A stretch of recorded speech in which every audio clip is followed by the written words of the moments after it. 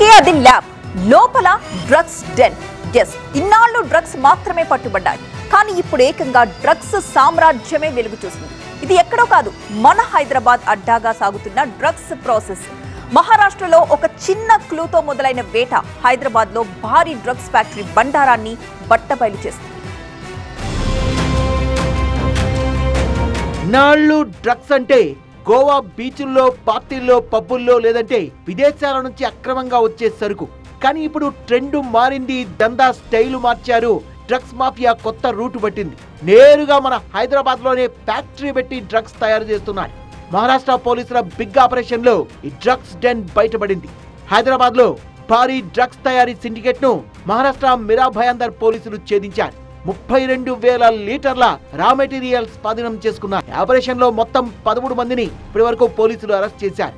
మొదట 200 గ్రాముల ఎండి డ్రగ్స్ మాత్రమే పట్టుకున్నారు. వాటి విలువ 25 లక్షల రూపాయలు. లోతుగా దర్యాప్తు చేయడంతో ఈ భారీ డ్రగ్స్ సిండికేట్ వెలుగులోకి వచ్చింది.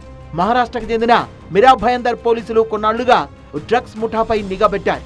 తమ సీక్రెట్ టీమ్ ను రంగంలోకి దించి వారాల పాటు రహస్య ఆపరేషన్ నిర్వహించారు.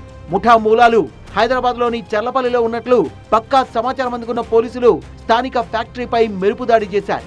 ఫ్యాక్టరీలో తయారైన డ్రగ్స్ ను దేశంలోని వివిధ ప్రాంతాలకు తరలిస్తున్నట్లు పోలీసులు గుర్తించారు. అత్యంత ప్రమాదకరమైన మోలీ, ఎక్స్టసీ డ్రగ్స్ సరఫరా చేస్తున్నట్టుగా పోలీసులు తెలిచారు. మిథైల్ ఎనడియాక్సీ, మెథాంఫెటమైన్ ముడి పదార్థాలని స్వాధీనం చేసుకున్నారు. దేశంలోనే కాకుండా విదేశాల్లో కూడా ఈ ముఠా పెద్ద నెట్వర్క్ నడుపుతోంది. డ్రగ్స్ తయారీ కోసం ఆధునిక మెషిన్లు ఉపయోగించినట్టుగా గుర్తించారు. మహారాష్ట్రకు సప్లై అవుతున్న ఈ డ్రగ్స్ లింకులపై ఫోకస్ చేయడంతో వాగ్దేవి ల్యాబొరేటరీ భాగోతం బయటకు వచ్చింది. వాగ్దేవి ల్యాబ్ డైరెక్టర్ శ్రీనివాస్ ను ముంబై యాంటీ నార్కోటిక్స్ టీమ్ కస్టడీలోకి తీసుకుంది. చల్లపల్లిలో వాగ్దేవి ల్యాబ్స్ పేరుతో డ్రగ్స్ ఫ్యాక్టరీ నిర్వహిస్తున్నట్టుగా గుర్తించిన పోలీసులు ఫ్యాక్టరీని సీజ్ చేశారు. ఇంత పెద్ద నెట్వర్క్ హైదరాబాద్ కేంద్రంగా పనిచేస్తుండడం తీవ్ర కలకలం రేపుతోంది. కేసులో ఇంకా ఎవరెవరికి సంబంధాలు ఉన్నాయనే కోణంలో పోలీసులు దర్యాప్తు ముమ్మరం చేశారు.